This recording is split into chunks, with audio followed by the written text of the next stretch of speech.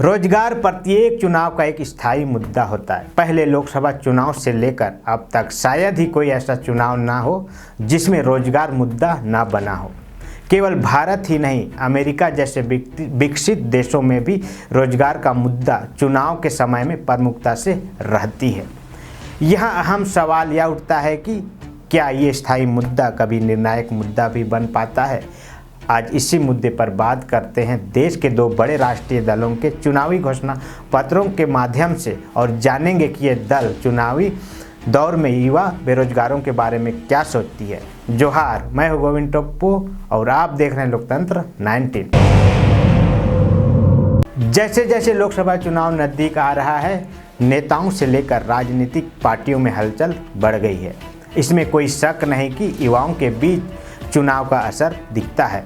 इसलिए मुख्य विपक्षी दल कांग्रेस इसे धार देने में जुट गई है। पर सत्ताधारी भाजपा की ओर से भी कुछ आंकड़े पेश किए जा रहे हैं। उसकी ओर से यह भी बताया जा रहा है कि सरकार युवाओं को जॉब सीकर यानी नौकरी की चाह रखने वाले से ज़्यादा जॉब गिवर यानी नौकरी देने वाला बनाने की दिशा में काम कर रही है। ऐसे में यह माना जाना चाहिए कि रोजगार के मुद्दे पर प्रभाव विश्वसनीयता और प्रतिबद्धता पर ही जाकर टिकेगा।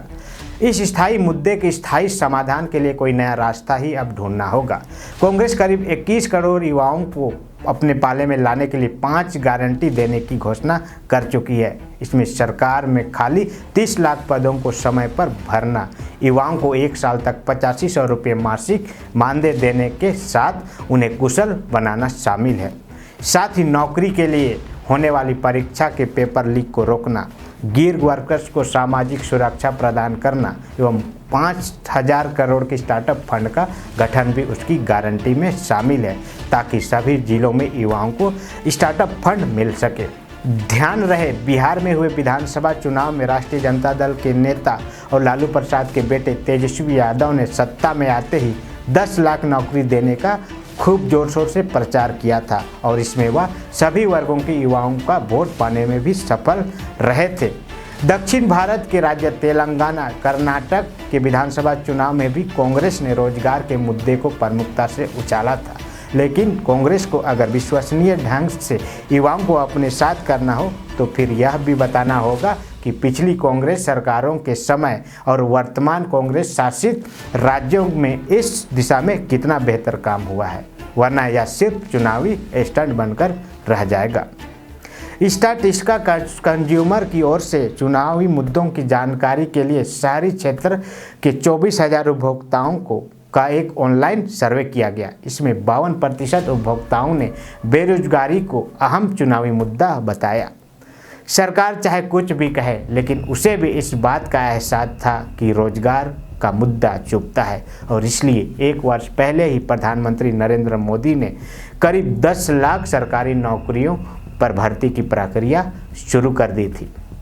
गौरतलब है कि स्टैटिस्टिका एक ऑनलाइन पोर्टल है जो वैश्विक डिजिटल अर्थव्यवस्था, औद्योगिक क्षेत्रों, उपभोक्ता बाजारों, जनता की राय, मीडिया और व्यापक आर्थिक विकास पर डेटा प्रदान करता है।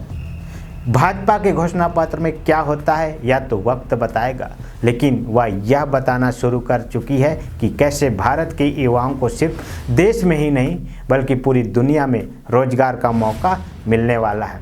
आज अंग्रेजी बोलने वाला, विज्ञान, टेक्नोलॉजी व गणित के जानकार सबसे ज़्यादा युवा भारत में ही रहते हैं।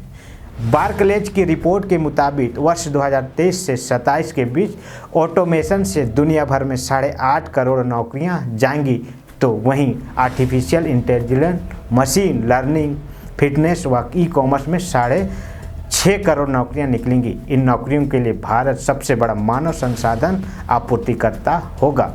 बार्कलेज पीएलसी एक वैश्विक वित्तीय सेवा कंपनी है जो व्यक्तिगत और व्यावसायिक बैंकिंग, थोक और वाणिज्यिक बैंकिंग के साथ ही निजी और निवेश बैंकिंग समाधान पेश करती है।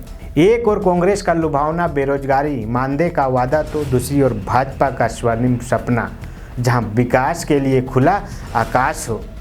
कौन अपनी बातों को कितनी प्रमुखता से समझा पाता है, युवा उधर ही जाएंगे। बाकी चुनावी के दौर में बेरोजगार ही की मुद्दा कोई बहुत छुपाने वाली मुद्दा नहीं है और इससे कोई भी पार्टी या कोई भी नेता मुकर नहीं सकता। आज देश में इतनी तेज़ी से बेरोजगारी दर बढ़ रही है, इससे कोई भी मतलब इनकार नहीं कर सकता। बाकी आज के लिए इतना ही, फिर मिलते हैं कोई ऐसे ही सामाजिक कोई ऐसा ही मुद्दों के साथ। तब तक के लिए बहुत बहुत धन्यवाद, आभार, जोहार।